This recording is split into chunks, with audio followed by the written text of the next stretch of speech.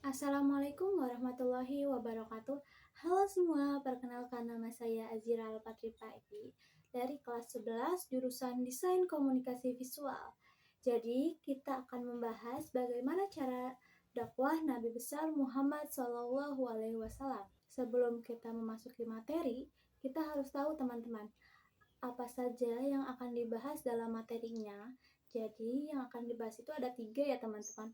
Ada metodenya, ada strateginya, atau ada juga pelajaran untuk masa kini atau pelajaran untuk diri kita sendiri itu gimana gitu ya. Kayak mengambil hikmahnya nih dari pelajaran tersebut. Kalian tahu nggak apa itu dakwah? Nah, dakwah itu ajakan kepada kebaikan yang dilakukan dengan penuh hikmat dan kelembutan.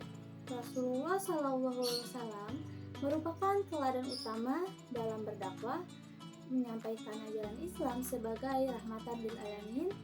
Beliau juga berdakwah dengan kesabaran, kasih sayang, dan keteladanan sebagai mana disebut dalam Quran surah An-Nahl ayat 125. Ada juga konteks sejarah, ada 2 fase ya teman-teman perjalanan dakwah Nabi itu.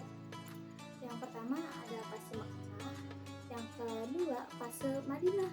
Nah, kalau misalkan fase Mekah itu dakwahnya dilakukan secara rahasia atau secara diam-diam gitu ya, tanpa sepengetahuan orang, yang dijalani selama 3 tahun. Kemudian setelah 3 tahun ini teman-teman, dilakukannya secara terang-terangan untuk fokus pada pembentukan akidah dan keimanan. Yang kedua, fase Madinah. Kalau fase Madinah itu dilakukannya untuk membangun masyarakat Islam yang berlandaskan persaudaraan, hukum, dan keadilan. Ada juga metode utama dakwah Nabi. Ada 3 ya teman-teman. Rasulullah menggunakan 3 metode utama untuk dakwah sebagaimana dalam Al-Quran. Nah, yang pertama itu ada dakwah bil hikmah atau dakwah kebijaksanaan. Yang kedua, mauizah hasanah, yaitu nasihat yang baik. Yang ketiga, ada mujadalah billati hiya ahsan. Nah, kalau yang pertama itu yang kebijaksanaan, itu menggunakan akal dan logika dalam menyampaikan kebenaran ya teman-teman. Kalau yang nasihat baik atau yang kedua itu menyentuh hati dengan kata-kata lembut dan penuh kasih. Kalau mujadalah billati hiya ahsan itu melakukannya secara berdiskusi dengan cara terbaik tanpa penghinaan atau memaksa, ya seperti kayak menjelek-jelekan gitu loh. Nah, mereka itu membuat kayak gitu ya teman-teman. Ada juga metode komunikasi dan pendekatan Nabi. Nabi Muhammad SAW sangat memperhatikan cara berkomunikasi dalam berdakwah.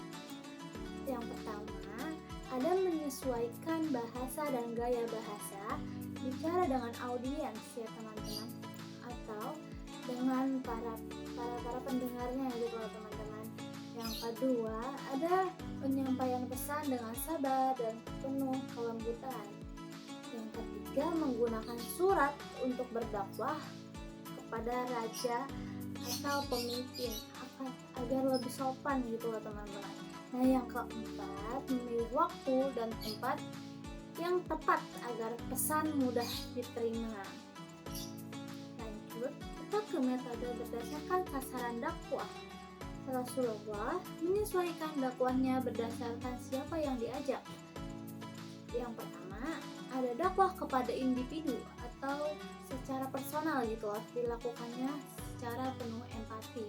Nah, yang kedua, ada dakwah kepada kelompok kecil melalui majelis atau pertemuan keluarga. Secara bisa juga nih kayak secara rahasia gitu ya teman-teman, kayak nggak diundang-undang kepada teman-teman yang lain, jadi cuma yang tahu aja, yang keluarganya aja gitu loh.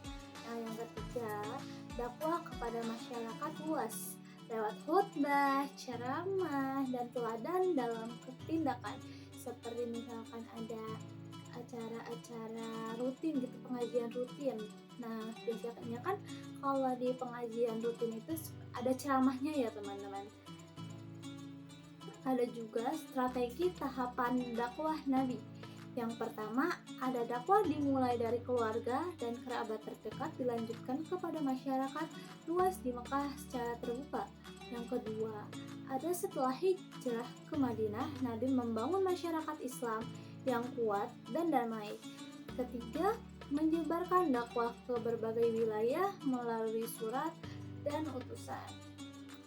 Nilai keteladanan dalam dakwah Nabi, Rasulullah SAW dengan mengutamakan akhlak mulia, beliau menunjukkan teladan terbaik dalam kejujuran, kesabaran, dan kasih sayang. Tidak pernah memaksa orang lain untuk masuk Islam. Menjadi contoh hidup dari ajaran yang beliau sampaikan, mengutamakan perdamaian dan persaudaraan di atas segalanya. Relevasi dakwah Nabi di masa kini. Metode berdakwah Rasulullah tetap relevan hingga kini. Umat Islam dapat meneladani beliau dengan yang pertama itu ada menggunakan media digital untuk menyebarkan kebaikan atau menyebarkan ceramah-ceramah gitu ya. Nah, yang kedua ada menjadi teladan dalam perilaku sehari-hari. Jadi perilaku sehari-hari kita itu yang baik-baik gitu teman-teman. Yang ketiga ada berdakwah dengan cara yang damai dan beradab. Setiap kita ngomong nih, kita itu harus punya adab ya teman-teman. Jangan sampai kita menyakiti hati orangnya, jangan sampai kita melukainya gitu loh. Nah, yang ketiga ada menyebarkan nilai kasih sayang dan keadilan di tengah masyarakat modern. Kita kan sekarang udah ada di zaman modern ya teman-teman. Jadi kita harus menyebarkan nilai kasih sayang dan keadilan di tengah masyarakat modern ini gitu teman-teman. Jadi kesimpulan dari materi ini menunjukkan bahwa kebenaran dapat disampaikan dengan bijak, dengan lembut dan penuh kasih sayang.